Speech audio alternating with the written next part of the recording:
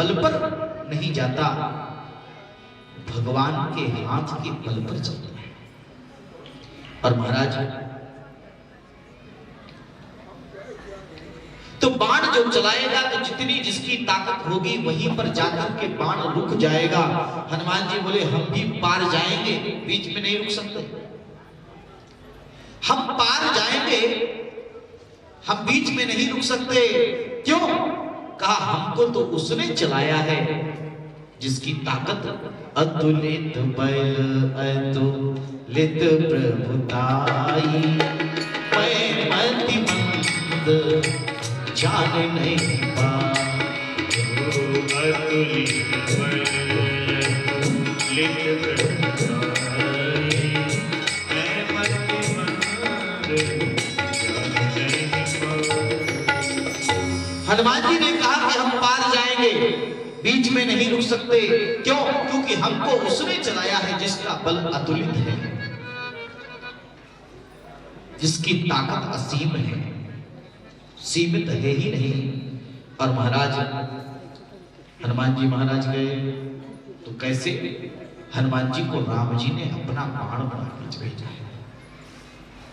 राम जी ने कपि कुंजन में सुत अंजनी को अपनाए भेजो। राम जी ने कपि कुंजन में सुत अंजनी को अपनाए भेजो। माथे पे हाथ की छाही करी, कर मोदरी हाथ कहाए के भेजो।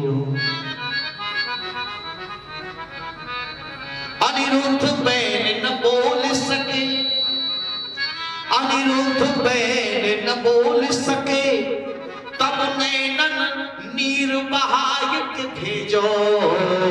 और संकट सिए के काटवे को हनुमान ही बाण बनाए के भेजो।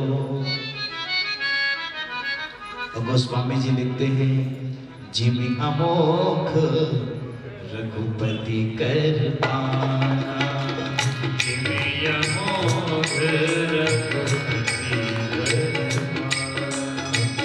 यही भांति चलो हनुमाना, यही भांति चलो हनुमाना। जिमि अमोघ रघुपति कर पाना, जिमि अमोघ रघुपति कर पाना। हनुमान जी राम जी के बाण बनते हैं। और महाराज हनुमान जी बाण बन करके गए। जैसे बाण बने, समुद्र ने मैनाक से कहा, मैनाक स्वर्ण का पर्वत है जो समुद्र के भीतर छिपा हुआ था। मित्रों, पुराणों में कथा आती है कि पहले पर्वतों के पंख हुआ करते थे। ये पर्वत उड़ते थे, लेकिन पर्वतों के उड़ने का प्रश्न नहीं था, उड़ने की समस्या नहीं थी। लेकिन इन पर्वतों का उड़ते उड़ते कहां बैठने का मन हो जाए, इसकी समस्या थी। ये पर्वत कभी कभी उड़ते उड़ते बस्ती वाले इलाकों में बैठ जाया करते थे, तो जहां बैठ जाए सब स्वाहा। तब ब्रह्मा जी के कहने से देवराज इंद्र ने इन पर्वतों के पंख काट दिए। इसलिए तब से ये पर्वत अचल है। और महाराज जब पर्वतों के पंख काट दिए तो एक सोने का पर्वत था मैनाक, जिसमें स्वर्ण की खदान थी, जिससे सोना निकलता था। आपको मित्रों पता होगा कि सोना जमीन से ही निकलता है, खोद कर सोना बनाया नहीं जाता। और जो लोग सोना बनाते हैं वो तो नकली होता है। जो सोना नाम की, स्वर्ण नाम की जो धातु है वह तो पत्थरों से ही निकलती है, जमीन से ही निकलती है। अफ्रीका में स्वर्ण की खदानें बहुत है, भारत में भी है लेकिन बहुत कम है। अफ्रीका में स्वर्ण की खदानें ज्यादा है। तो मैनाक पर्वत ये स्वर्ण का पर्वत है। और मैनाक ने समुद्र से कहा कि देवराज इंद्र इस समय पंख काट रहे हैं पर्वतों के, इसलिए तुम मुझे छुपा दो।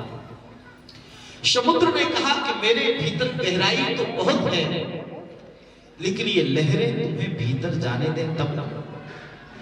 तो क्या उपाय है? बोले अगर कोई व्यक्ति, अगर कोई बल ऊपर से बल से तुम्हें नीचे दबाए तो तुम मेरे भीतर छुप सकते हो। तब मैनाक ने वायु देवता से प्रार्थना की कि हे वायु देवता, तुम मुझे ऊपर से दबाओ ताकि मैं समुद्र में छुप जाऊं। और वायु के सहयोग से समुद्र ने मैनाक को छुपा लिया। मित्रों, आज समुद्र ने मैनाक से कहा कि जिस पवन की कृपा से तुम मेरे भीतर छुप सके, बच सके, आज उसी पवन के पुत्र से हनुमान जी महाराज राम काज के लिए जा रहे हैं, सेवा में उपस्थित हो जाओ। और महाराज, जलनिधि रघुपति विदूत बिचारी तय मैनाक होय स्त्रम। तुम जाकर के कुछ सेवा करो। मैनाक सामने है। अब कथा के मर्म पर हम लोग विचार करें। ये सोने का पर्वत है, मैनाक स्वर्ण का पर्वत है, तो सोने का पहाड़ रास्ते में क्यों आ गया हनुमान जी? क्योंकि हनुमान जी राम काज करने के लिए जा रहे हैं। और राम काज करने वाले व्यक्ति का परीक्षण हो जाए, राम काज कौन कर सकता है? और जिसके जीवन में लोभ नहीं हो। क्योंकि अभी तो सोने का पहाड़ है, आगे तो सोने का पूरा शहर बसा है। लंका स्वर्ण की नगरी है, जिसे सोने का पहाड़ ही रोक सकता है, वो तो स्वर्ण की नगरी में जाने के बाद लौटेगा ही नहीं, बोलेगा यहीं आना। इसलिए राम काज करने में सामर्थ्य कौन रखता है? जिसके जीवन में लोभ नहीं, जिसने लोभ पर विजय प्राप्त कर ली है, वही राम काज कर सकता है। और महाराज विचार करो, अगर किसी को सोने का पहाड़ मिल जाएगा तो वो क्या कहेगा? बोले हो गई हमारी सेवा, अब तो काम चल गया, बस जरूरत क्या। और महाराज, सोने के दो अर्थ हैं मित्रों। सोना माने सोना, स्वर्ण, और सोना माने सोना, स्लिप। लोग कहते हैं हम सोने जा रहे हैं, तो सोना माने स्वर्ण, और सोना माने सोना एक क्रिया, और सोना माने सोना एक धातु। क्रिया क्या है? शयन करना भी सोना होता है, और स्वर्ण भी सोना होता है। तो महाराज क्या कहा? बोले रामचरितमानस में हनुमान जी ने बहुत अच्छा समाधान किया। तो क्या सोने पर सोने वाले लोग राम काज कर सकते हैं? इसलिए हनुमान जी ने स्वर्ण पर्वत पर विश्राम नहीं किया, क्योंकि सोने पर सोने वाले लोग राम काज नहीं कर सकते। तो क्या संपत्ति का निरादर कर देना चाहिए? हनुमान जी ने एक बहुत सुंदर सूत्र दिया। मैनाक पर्वत आया तो मैनाक पर्वत को स्पर्श कर दिया।